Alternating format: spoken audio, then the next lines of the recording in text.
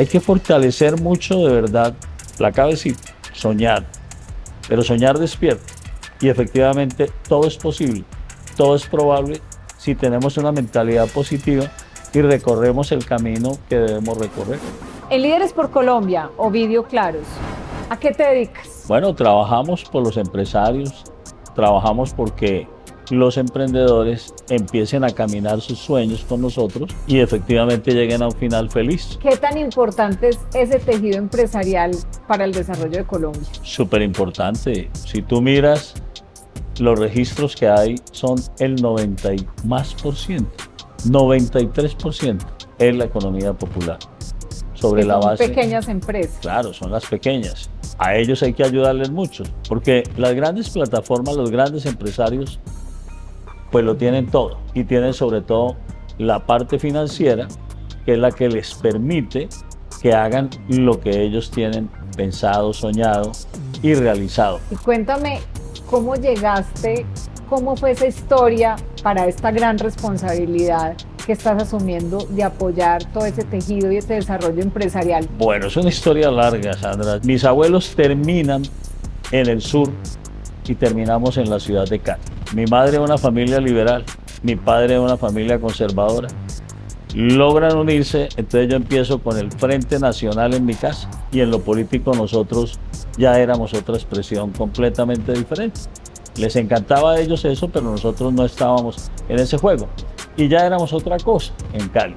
Un padre que estudió contaduría pública, fue la primera promoción de contadores titulados en el país y siempre un hombre muy emprendedor, muy estudioso, y mi mamá sí muy dedicada a sus hijos y al hogar.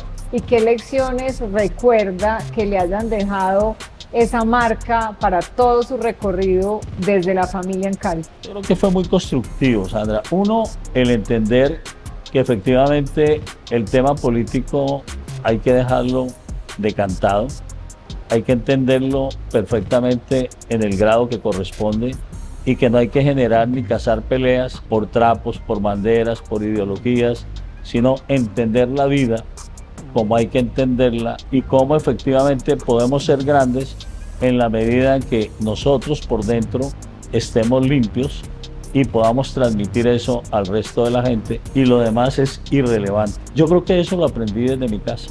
Cuénteme, ¿cuál era su sueño en esos momentos de juventud, estando en Cali? ¿Qué se soñaba? ¿Qué quería para su futuro? De niño, yo recuerdo que yo soñaba con ser bombero, con ser policía. Luego uno empieza a crecer y ya el sueño era otro. Quería ser médico, quería ser abogado y siempre soñé con estas dos profesiones. Y fui creciendo con ese sueño. Cada cual empezaba a crecer y empezaba a tejer su sueño y a buscar hacer realidad eso que quería hacer, con las limitaciones de haber nacido en una familia que no tenía unas condiciones económicas altas, sino un poquito media-baja. Entonces, eso genera dificultades. ¿Cómo vivió eso? Esas dificultades, como un poco de limitación, como me dice. ¿Cómo lo vivió? Nunca nos faltó la comida. A Dios gracias, siempre tuvimos un padre responsable, una madre berraca, emprendedora, matrona, ¿no? Y eso nos generó principios, nos generó valores, muy católica. Esas enseñanzas construyen mucho y forman mucho. Empiezo mi vida laboral desde los 17 años con permiso del Ministerio de Trabajo y arranco en Atila. Soy mensajero en Atila de Colombia y ahí empiezo toda una carrera progresiva. Eso me permite ya unas condiciones. Yo era boxeador de la Liga del Valle. Me fue bien, fui campeón interbarrios, campeón departamental, campeón nacional. El deporte me va abriendo una puerta de oportunidades. Tuve mi primer emprendimiento, que fue un parqueadero. Ya tuve mis primeros empleados, mis primeros trabajadores, mi primer emprendimiento y tuve el dinero suficiente para poderme dedicar a estudiar. Sobre esa base yo ya puedo jugar en otro contexto. Me dedico a la universidad más que al negocio en sí mismo. porque ya tengo unos empleados a los 18 años y medio que me permiten darme ese lujo.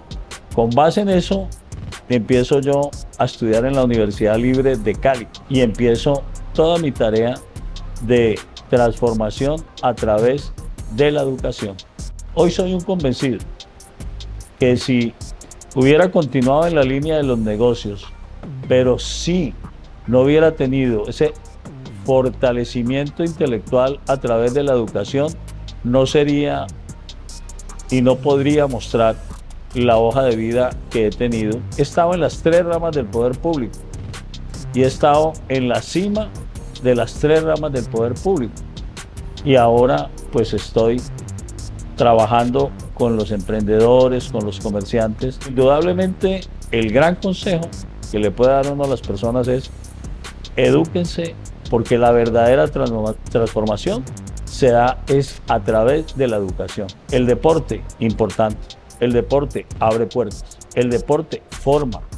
El deporte te da disciplina. ¿Qué hace? Que no llegues tú a los vicios, que tengas de verdad, reiterando, la disciplina propia para poder formarte. Y luego viene la lucha, ¿no? Cuando tú vienes de un estrato que no es privilegiado y empiezas a transformarte a través de la educación, empiezas a ver que estudiar vale la pena, que la disciplina que te da el deporte vale la pena, y ese es el resultado. Es decir, el deporte abre puertas, y la educación transforma, y la educación te permite llegar muy lejos. Una persona con su carrera siempre está expuesta a críticas.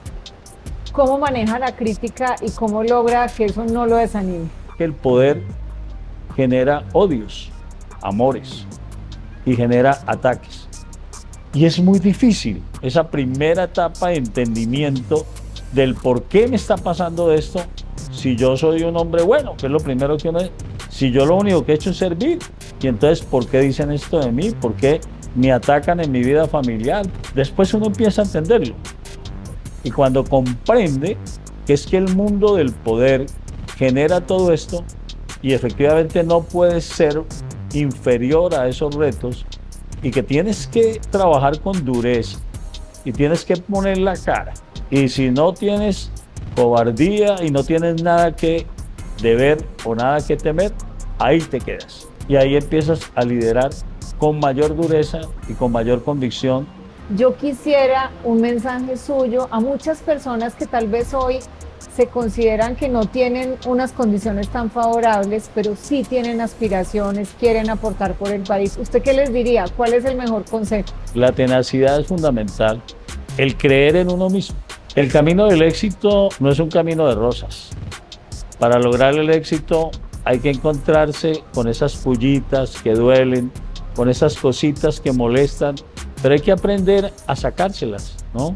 A que no duelan tanto, y puede quedar una cicatriz, lógicamente, y más en lo público, Sandra, que tú sabes que nunca ha sido fácil, jamás será fácil. Cuando tú golpeas ciertos niveles que tienen poder para atacarte, cuando tú no obedeces lo que quieren algunos que se creen los dueños del poder, pues el golpe es muy fuerte. Pero si tú no debes nada, al final del camino siempre sales ganador. Por eso el consejo es claro. Lo primero es creer en ti. Si eres una persona que efectivamente tienes formación, tienes capacidad, crees en ti y efectivamente ves que puedes llegar, lucha. Entonces sí vale la pena creer en uno mismo, sí vale la pena estudiar, sí vale la pena formarse y llegar a ser un ejemplo de vida para muchos.